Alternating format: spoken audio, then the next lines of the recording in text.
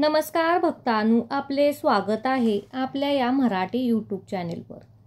मित्रांनो, धनत्रयोदशी हा सण दिवाळीच्या सुरुवातीला साजरा केला जातो, ज्याला आपण सर्वजण धनतेरस या नावानेही ओळखतो। पद्मपुराण आणि स्कंद पुराणाच्या आदी ग्रंथांमध्ये कार्तिक कृष्ण त्रयोदशी तिथीला खूपच महत्त्व आहे। भगवान श्रीकृष्ण देवी सत्यभामाला सांगतात की या दिवशी व्यक्ती उत्तम मंत्राचे उच्चारण करून प्रदोष काळात यमदीपदान केल्याने अकाली मृत्यू कधीच होत नाही। जी स्त्री हा मंत्र जपून यमदीप लावते ती सौभाग्यवती राहते। कार्तिक महिन्यात कृष्ण पक्षातील त्रयोदशी तिथीला येणारा दिवस समृद्धी आणि आयुष्यवाढीसाठी अत्यंत महत्त्वाचा मानला जातो। या दिवशी देवी लक्ष्मी आणि आरोग्यदेव धन्वंतरीची पूजा करण्याची प्रथा आहे। विशेष म्हणजे हाच तो एकमेव दिवस असतो जो मृत्यूची देवता यमराजाची ही पूजा केली जाते। संध्याकाळी आपल्या घराच्या दरवाजासमोर दक्षिण दिशेला तोंड करून एक दिवा लावण्याची प्रथा आहे, ज्याला यमदीपदान असे म्हणतात। अशी मान्यता आहे की या दिवशी यमराजासाठी लावलेला दिवा प्रकाशाने अकाली मृत्यू टळतो आणि घरात सुख समृद्धी वाढते। आज मी एक प्राचीन कथेच्या माध्यमातून यमदीपदानाचे महत्त्व सांगणार आहे। ही कथा ऐकल्याने तुम्हाला केवळ यमदीपदानाचे का व कसे करायला पाहिजे, यमदीपदान मंत्र कोणता जपावा, आजारी व्यक्तीला हा मंत्र कसा जपावा, लहान मुला-मुली व स्त्रियांनी कोणता मंत्र जपावा यासाठी आम्ही माहिती सांगणार आहोत, तर ती तुम्ही शेवटपर्यंत ही कथा ऐकावी। मित्रांनो, त्या अगोदर तुम्हाला एक नम्र विनंती आहे की या व्हिडिओला एक लाईक करा आणि जर तुम्हाला हा व्हिडिओ आवडला तर तुमच्या मित्रपरिवारात हा व्हिडिओ नक्कीच शेअर करा। चला तर मग ऐकूया यमदीपदानाची कथा। प्राचीन काळी हेम नावाचा एक न्यायप्रिय, पराक्रमी आणि दयाळू राजे राज्य करत होते। त्यांचे राज्य सुख समृद्धी होती, प्रजाजनांमध्ये आनंदाने भरलेले होते। राजा हेम आपल्या न्यायबुद्धी आणि करुणामय स्वभावामुळे प्रसिद्ध होता। त्याची राणी त्याच्याप्रमाणे सद्गुणी, नम्र आणि भक्तिमान होती। दोघेही विष्णुभक्त, धर्मप्रिय आणि प्रजावत्स होते, पण तरीही त्यांच्या आयुष्यात एक दुःख होते। अनेक वर्षे होऊन गेली तरी त्यांना संतान सुख प्राप्त झाले नव्हते। राजा आणि राणी संतती प्राप्तीसाठी अनेक देवदेवतांची आराधना केली। त्यांनी मंदिरात जाऊन नियमित पूजा अर्चा केली। अखेरीस एक दिवस राजा हेम यांनी आपल्या राजपुरोहिताला बोलावून म्हटले, आपण सर्व विधीपूर्वक पुत्रेशी यज्ञ आयोजित करावा। काही दिवसांनी भव्य यज्ञाची तयारी सुरू झाली। वेदाचे मंत्र उच्चारले गेलेले वातावरण सुगंधी धुपाने भरले गेले। राजा राणीने सर्व मनोभावे आहुती दिल्या आणि देवतांना साकडे घातले।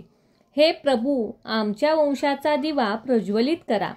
देवतांनी त्यांच्या भक्तीवर प्रसन्न होऊन त्यांना प्रार्थनेला प्रतिसाद दिला। यज्ञ झाल्यानंतर काही दिवसात राणी गर्भवती राहिली। ही वार्ता ऐकून सर्व राजमाल आनंदाने न्हावून गेला। राजा हेम स्वतःच्या अत्याधिक आनंदी झाला। त्याने देवळात जाऊन शेकडो दीप प्रज्वलित केले, ब्राह्मणाला दान दिले आणि देवाचे आभार मानले। राणीच्या पण चेहऱ्यावर मातृत्वाचा आनंद झळकू लागला होता। काळ सरत गेला आणि शुभ मुहूर्तावर राणीने एका सुंदर तेजस्वी पुत्राला जन्म दिला। जन्मानंतर संपूर्ण राज्यात उत्सव साजरा झाला। राजवाड्यात दीपोत्सव झाला आणि राजा राणीने नवजात बालकाला पाहून अश्रूंनी देवाचे आभार मानले। त्यांनी मंदिरात जाऊन देवासमोर मस्तक टेकले आणि म्हटले, हे प्रभू, तुम्ही आमची प्रार्थना फळावली। काही दिवसांनी राजवाड्यात एक ज्योतिषी आला। तो वृद्ध, विद्वान आणि गंभीर चेहऱ्याचा होता. राजा राणी हेम आणि राणीने आदरपूर्वक त्यांचे स्वागत केले आणि आपल्या पुत्राची कुंडली पाहण्याची विनंती केली. कुंडली पाहण्याची विनंती केली असता त्याने राणीच्या हातात असलेल्या बालकाकडे प्रेमाने पाहत विचारले, महर्षी, आमच्या या पुत्राचे भविष्य कसे आहे? कृपया सांगावे. त्या ज्योतिषाने काही वेळ राजकुमाराच्या कुंडलीचे निरीक्षण करून एक धक्कादायक भविष्यवाणी केली. ज्योतिषाचे शब्द ऐकून राजा हेम यांचा चेहराच पडला. ज्योतिष म्हणाला, महाराज, एक कटू सत्य आहे. आपल्या पुत्राचे भाग्य कठीण आहे. त्याच्या जन्मकुंडलीनुसार 16व्या वर्षी लग्नाच्या 4थ्या दिवशी त्याला मृत्यू येईल. हा दुर्दैवी इशारा ऐकून राजा निशब्द झाला. राणी हे ऐकून विलक्षण धक्का बसला. ती जवळजवळ कोसळली. डोळ्यातून अश्रू दाटले. आपला लाडका मुलगा 16 वर्षाचाच आपल्याला सोडून जाणार ही कल्पना सहन करणे तिला कठीण झालं. ती व्याकुळ होऊन रडू लागली. आपल्या मुलाला काही करून वाचवले पाहिजे. आपण काहीतरी उपाय करू. राजाने दुःखी स्वरात उत्तर दिले. जे विधिलिखित आहे ते आपण चुकवू शकत नाही. आपण प्रयत्न सोडता कामा नये, असे राणीने आशेने म्हणाली. आपण कोणत्या तरी महात्म्याकडून सल्ला घ्यावा. एक यज्ञ किंवा मोठी पूजा केल्यास अनिष्ट टळेल का? देव तर आपल्या पाठीशी आहेतच. राजा आणि राणीने अनेक उपाय योजना केल्या. अनेक ऋषीमुनींना भेटल्या, पण काहीच उपाय सापडला नाही. काही मुलाचे आयुष्य कमी आहे म्हणून राजा हेम आणि राणी एकुलत्या एका मुलावर अपार प्रेम केलं. त्याला डोळ्यात तेल घालून वाढवले. लहानपणापासून राजकुमार सर्वांचा लाडका होता. राजाची आशा बनली होती. तो खूप आज्ञाधारक आणि बुद्धिमान होता. त्याला मोठा गौतम पाहून राजाला राणींना आनंद पण होई, खंत पण वाटे. जसजसे दिवस सरू लागले तसतसा राजा आणि राणीच्या मनातील चिंतेचे ओझे वाढतच गेले. त्यांच्या पुत्राचा हसरा चेहरा पाहिला की दोघांचे अंतःकरण एकच विचार गोमू लागले. हा आनंद किती दिवसाचा? त्या अनिश्चित भविष्याची भीती त्यांच्या आनंदावर सावली सारखीच पडत होती. रात्री उशिरा दोघे एकमेकाकडे पाहत निशब्द बसत. फक्त दिव्याचे मंद प्रकाशात एकमेकांच्या डोळ्यातील वेदना दिसत. एकमेकांना एके दिवशी संध्याकाळी राणी शांत स्वरात म्हणाली, महाराज, मला एक गोष्ट मनातून जात नाही. आपल्या मुलाचे आयुष्य जर देवाच्या हातात असेल तर मला त्याच्या विवाहाचे क्षण पाहायचे आहेत. त्याच्या डोक्यावर वधूहार ठेवताना त्याच्या डोळ्यातील आनंद पाहायचा. कदाचित त्याचंच नशीब बदललं तर कदाचित त्याच्या आयुष्यात काहीतरी अर्थ लाभेल. तिच्या आवाजात आशा आणि व्याकुळ दोन्हीही मिसळल्या होत्या. राजा हेम काही क्षणात स्वस्थ राहिला. राणीच्या डोळ्यातून ओघळणारे अश्रू पाहून त्याचे हृदय पिळगटले. त्याने काही हळू आवाजात उत्तर दिले, राणी, तुम्ही भावना योग्य आहे. माझ्याही मनात तोच विचार येतो, पण त्याचा विवाह करून किमान काही दिवस तरी त्याला सुख अनुभवू दे. देवाच्या लिखी काय आहे ते आपण टाळू शकत नाही. कदाचित त्याची पत्नी काहीतरी चमत्कार घडवून आली. राजाने अश्रूने भरलेल्या डोळ्यांनी राजाकडे पाहिले. तिच्या होठावर हलकेसे स्मित होते. जणू आशेचा एक किरण पुन्हा त्यांच्या मनात उजळला होता. तत्परतेने राजाने राज्यातील शेजारच्या राज्यात अनेक सुयोग्य कन्यांचा शोध सुरू केला. अखेर एका शेजारच्या राज्यातील राजकन्या आपल्या राजकुमारासाठी वधू म्हणून निवडली गेली. राजकुमारी रूपाने सुंदर आणि बुद्धीने प्रलभ होती. तसे तिच्यात अपार श्रद्धा आणि धैर्य होते. योग्य शुभमुहूर्त पाहून थोड्याच दिवसात राजकुमाराचा विवाह मोठ्या थाटामाटात लागला. संपूर्ण राज्यात आनंद उत्सव साजरा झाला. पण राजा हेम यांच्या मनात भीतीची एक काळी सावली दाटत होती. ती लग्न सोहळ्याच्या दरम्यान राजा हेम आणि राणीने आपल्या मुलाकडे पाहिले तेव्हा त्यांच्या डोळ्यात आनंद अश्रू तळाले, परंतु मनात अस्वस्थता ही होतीच. नवविवाहितांच्या दाम्पत्याला आशीर्वाद देऊन राजाच्या ओठावर शब्द येईनात. राणीने मात्र नव्या सुनेचे स्वागत हसतमुखाने केले. तिला माहिती होते की लग्नाच्या 4 दिवसात एक संकट घोंघावणार आहे. तिने आपल्या सुनबाईच्या हातावर हळूवार हात घेतला आणि मनाने निश्चय केला. तिने तिला सर्व सत्य सांगून टाकले. आपल्या पतीचे रक्षण नक्की करणार. लग्नानंतर पहिला दिवस आनंदात उजाडला. राजकुमार आणि नववधूने राजवाड्यातील वडीलधाऱ्यांचे आशीर्वाद घेतले. राजकुमारी नवीन गृहिणी म्हणून सर्वांचे मन मिळवत होती. राजघराण्यात आनंदाचे वातावरण होते, पण राजा राणीला मात्र 4थ्या दिवसाची धास्ती लागून राहिली होती. दुसऱ्या दिवशी व तिसऱ्या दिवशी कसे फासे उलटे पडतील, राजाच्या चेहऱ्यावर तणाव दिसू लागला. तिसऱ्या दिवशी सायंकाळी राणीने आपल्या सुनेला गुप्तपणे आपल्याजवळ बोलवले. तिने सुनेच्या हातात हात घेतला. राजकुमारीने पाहिले की सासूच्या डोळ्यात चिंता दाटलेली आहे. राणीने आसवं सारली आणि ठरवलं की सत्य सांगण्याची हीच योग्य वेळ आहे.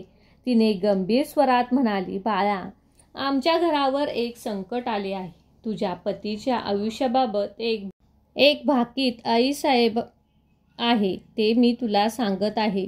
तुझ्या पतीने आपल्या राजकुमाराचा आयुष्य फार थोडे आहे.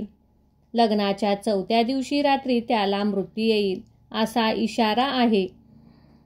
तेव्हा अशा घाईत लग्न लावण्याचे निदान काही दिवस तरी ते सुख उभगवेल. आता उद्या 4था दिवस आहे. हे सांगताच राणीच्या डोळ्यातून धारा लागल्या.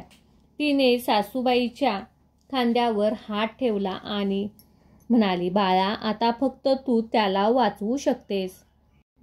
सुन्न झाली. हेच ऐकून राजकुमारी सुन्न झाली. तिच्या तोंडचे पाणी पळाले. एक अल्पवयीन मुलीसाठी कठीण होते. तिने विचार केला, स्वामी उद्या, पण मी मनाने खंबीर आहे. तिने सासूच्या हातात आपला हात घेतला आणि उत्तर दिले, आईसाहेब, आपण दुःखी होऊ नका. मी माझ्या पतीचे प्राण वाचवण्यासाठी सर्वतरी प्रयत्न करीन. त्या रात्री राजकुमारीने मनोमन एक योजना आखली. आता तिच्यासमोर स्वतःच्या पतीचा जीव वाचवण्याचे आव्हान होते. ती रात्री उशिरापर्यंत जागीच राहिली. विविध उपाय मनात आखत होती. त्याच सायंकाळी राजकुमार आपल्या शयनगृहात चिंता करत बसला होता.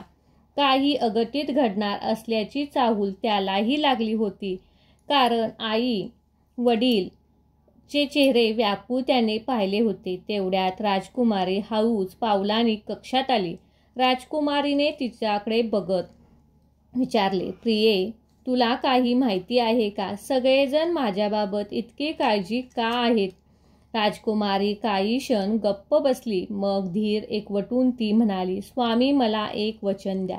उद्या रात्री काही झाले तरी तुम्ही माझ्यासोबत जागे राहाल.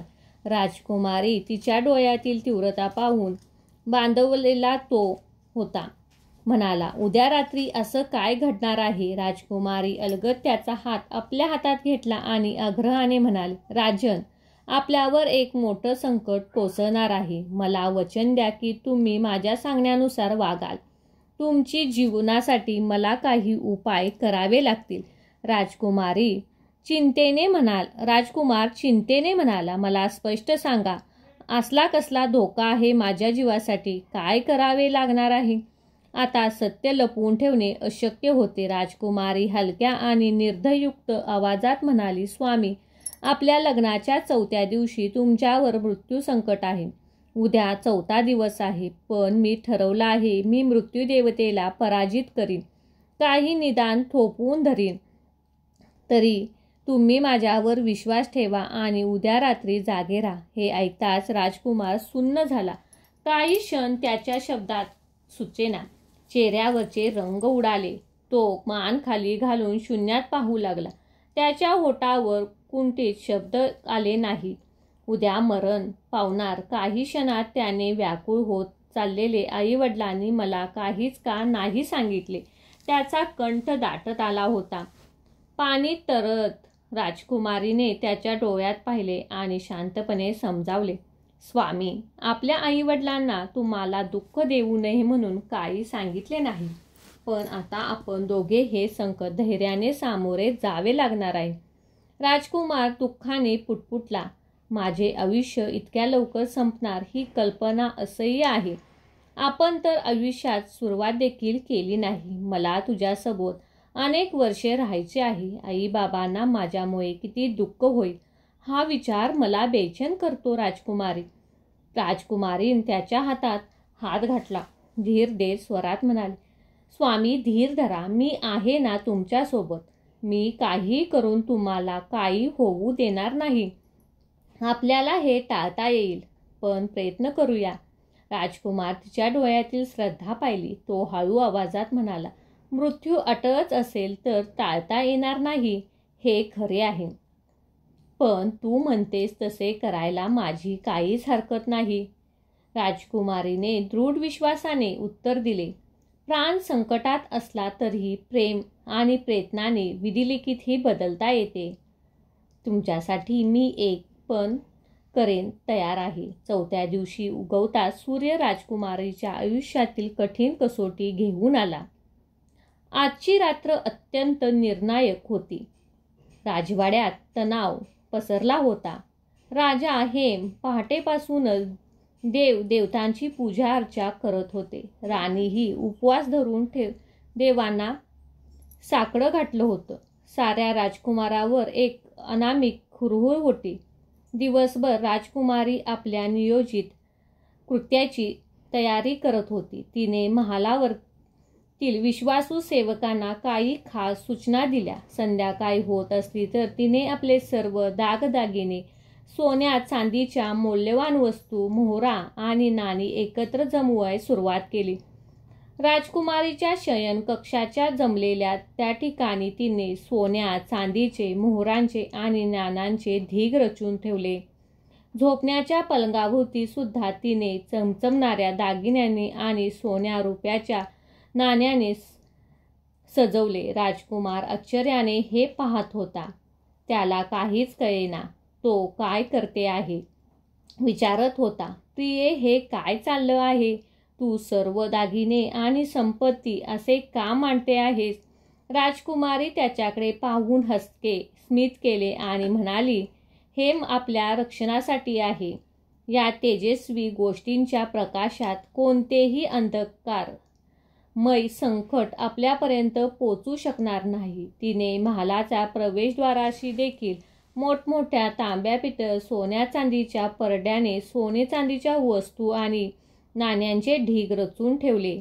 मुख्य दरवाजात इतके मौल्यवान हिरे आणि नाणे रचलेले दरवाजे पूर्णपणे आच्छादित झाला, त्यामुळे कोणालाही सहज प्रवेश करता येणार नव्हता. रात्री गडद अंधाराचा सामना देण्यासाठी तिने आणखीन एक महत्त्वाचा उपाय केला. राजवाड्यातील प्रत्येक कोपऱ्यात, प्रत्येक दालनात शेकडो दिवे प्रज्वलित करून ठेवले आणि तेल तुपाने तुंब भरलेल्या दिव्यांच्या ज्योती प्रखर तेजस्वी करून कक्ष व सारा परिसर, सारा अंधार पूर्णपणे नाहीसा झाला. दिव्यांचा मंद प्रकाश आणि सोनेरी झळझळते संपूर्ण राजवाडा उजळून निघाला. आजची रात्र तर दिवाळीपेक्षाही प्रकाशमान भासत होती. विशेषतः महालाच्या बाहेर दक्षिणेकडे दिशेला तिने एक मोठा दिवा प्रज्वलित करून ठेवला. त्या दिव्याकडे नतमस्तक होत ती मनोभावे प्रार्थना करू लागली. हे एम देवा, या पवित्र त्रयोदशीच्या संध्याकाळी तुला हा दीप अर्पण करते. या दिव्याच्या प्रकाशाने प्रसन्न होऊन कृपा कर आणि माझ्या पतीचे रक्षण कर. प्रार्थना करताना तिने शास्त्रोक्त मंत्रही उच्चारला. मंत्राचा अर्थ तिने मनात स्पष्ट उच्चारला. या धनत्रयोदशीच्या दिवशी तुला अर्पण केलेला यमदिवा मृत्यूचा फास आणि दंडातून माझ्या पतीची सुटका कर, अशी तळमळ तिने प्रार्थनेतून होती. सर्व तयारी झाल्यानंतर तिने राजकुमाराच्या शयनकक्षात परत आली आता रात्रग्रहण काळोख घेऊन अवतरणार हे बाहेर रात्रीचे चंद्र हसत होता, पण महालाच्या आत शेकडो दिवांचा प्रकाशाने चंद्रप्रकाशही फिका पडला होता. राजकुमारी निश्चयपूर्वक राजकुमाराच्या हातात हात घेतला आणि त्याला पुन्हा बजावले. लक्षात ठेवा, आपण दोघेही रात्र जागून काढायची आहे. राजकुमाराने मन डोलावले ही प्रयत्न करत ते, पण आता खूप थकवा जाणवतोय. तू दिवसभराची चिंता आणि लग्न सोहळ्याच्या धावपळीने थकला होता. पण राजकुमारीला माहिती होते की त्याला कोणत्याही परिस्थितीत झोपू देता कामा नये. देवाचे स्मरण केले आणि पतीला जागे ठेवण्यासाठी काहीतरी करायचे ठरवले. ती त्याच्या शेजारी बसली, प्रेम हसत म्हणाली, मी आता तुम्हाला एक गोष्ट सांगते, ऐका. असे म्हणून तिने मधुर स्वरात बोलायला सुरुवात केली. ती एक सुंदर कथा सांगू लागली. एका राजकुमारी पत्नीसाठी केलेल्या त्यागाची आणि निष्ठेची कथा. तिच्या आवाजात अपार गोडवा होता आणि शब्दामध्ये जिवंतपणा होता. राजकुमार आधी अस्वस्थ होता, पण ती कथेत तो हळूहळू गुंतून गेला. राजकुमारी गोष्ट सांगता सांगता मध्येच एक भक्तिगीत गुणगुणू लागली, तर ती लयबद्ध सुरात एखादी अंगाई गीत गाऊ लागली. तिने पतीच्या हातावर आपला हात ठेवला होता, जणू तो आश्वासन देत होता, मी तुझ्या सोबत आहे, घाबरू नको. रात्र जशी जशी चढत गेली तसतसं संघर्ष तीव्र होत गेला.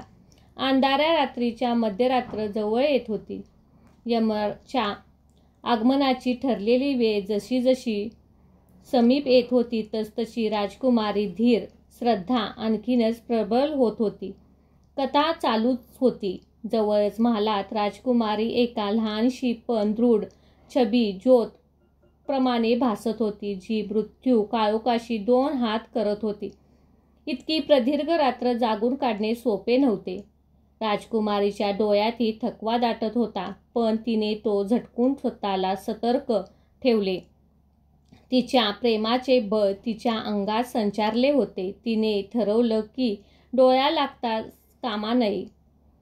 डुलकी येऊ लागली तर ती स्वतःशी पुटपटत होती, नाही तर अजून थोडा वेळ जागं राहायला हवं.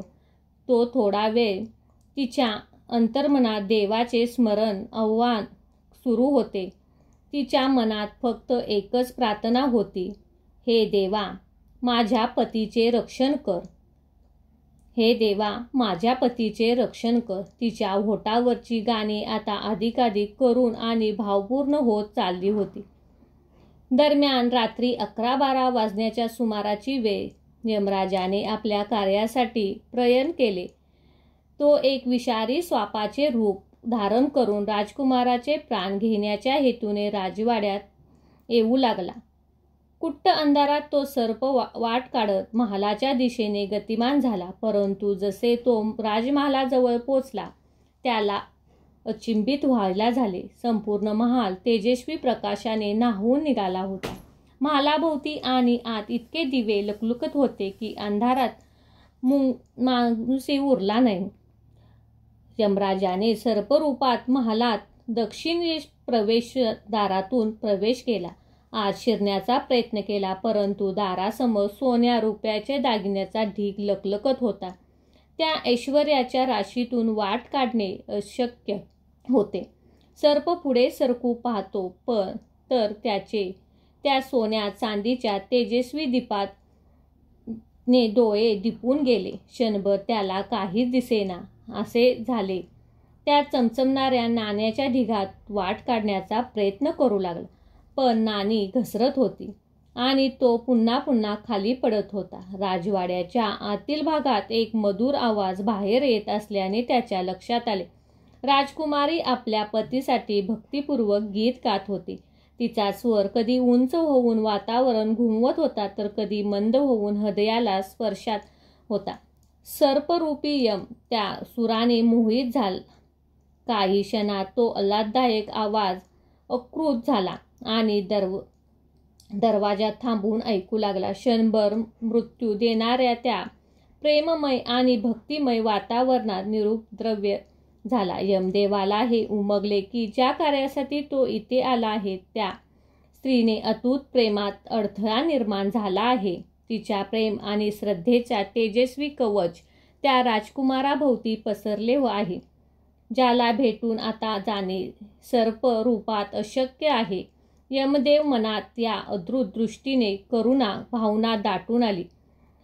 एवढ्या प्रेमाने आपल्या पतीचा जीव वाचवण्यासाठी या स्त्रीचा सन्मान राखणे योग्य ठरेल असा विचार त्याच्या मनात आला. त्याने मान टाकून काही क्षण चिंता केले.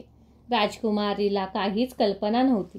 मृत्यू दारात येऊन थांबला होता. तिच्या जागरण उपायामुळे रोखला गेला होता. निरंतर आपल्या प्रयत्नात गुंग होती. काही वेळ कथाकथन झाल्यावर तिने थोडा वेळ डोळे बंद करून यमदेवाला प्रार्थना केली. हे धर्मराज यमदेवा, तुम्ही न्यायनिष्ठ देवा आहात. आज माझ्या पतीचा काही दोष असेल तर त्याला क्षमा करा. त्याला आणखीन आयुष्य द्या.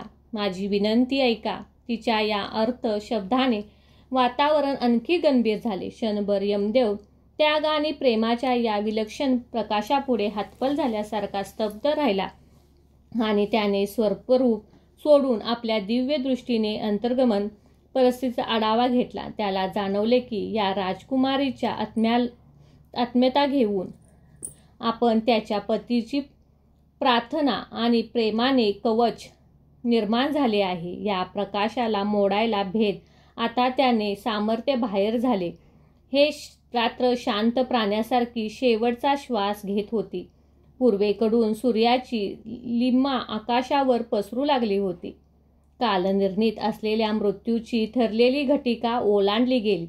पहाट झाली. पक्ष्यांचा मजदूर किलबिलाटाने नवीन पहाट जाहीर केली आणि अंधकार संपला. यमदेवाला जाणवले की आता त्याचा प्रयत्न पूर्णतः अयशस्वी ठरला आहे.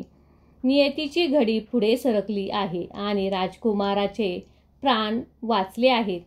त्याला माघारी फिरणे भाग होते. यमदेवाने मनोमन राजकुमारीच्या अद्वितीय प्रेमाला वंदन केले. एक अदृश्य आशीर्वाद घेऊन तो परत आपल्या यमलोकास निघून गेला. राजवाड्यात आता अजूनही राजकुमारी जागीच होती. तिच्या ओठावर नामस्मरण चालू होते. राजकुमारही तिच्या अंधाराने रात्रभर जागा होता. तिला काही वेळ डुलकी येत होती, पण तिने पुन्हा जागे केले. अखेर पहाटेचा धुसर प्रकाश पसरलेला कोंबड्या आरवू लागल्या. सकाळ झाल्याची वर्दी दिली. राजकुमार खिडकीतून बाहेर पाहिले. पूर्वेकडे उजेड होता. स्वामी पहाट झाली. ती आनंदाने राजकुमाराला थकलेल्या डोळ्यांना खिडकीकडे पाहू लागला. पहाटेची सोनेरी किरणे त्याच्या चेहऱ्यावर पसरली. आश्चर्यचकित झाला. मी जिवंत आहे. हे भयंकर रात्र संपली. त्याच्या डोळ्यात कृतज्ञतेचे अश्रू तरळले. पुढच्या क्षणी त्यांनी आपल्या पत्नीला भावूक होऊन आलिंगन दिले. तुझ्या प्रेमामुळे आणि धैर्यामुळे हे शक्य झाले. तीही दोघे ओक्साबोक्सी रडू लागले. राजवाड्यात देवघरात राजा हेम आणि राणी यांनी पूर्वरात्र जागून काढली. आराधना केली होती. पहाट होताच व्याकुळ मनाने ते राजकुमाराच्या कक्षाकडे धावले.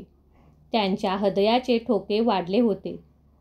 काय पाहायला मिळणार या विचाराने दोघेही दाराच्या बाहेरून आत आले.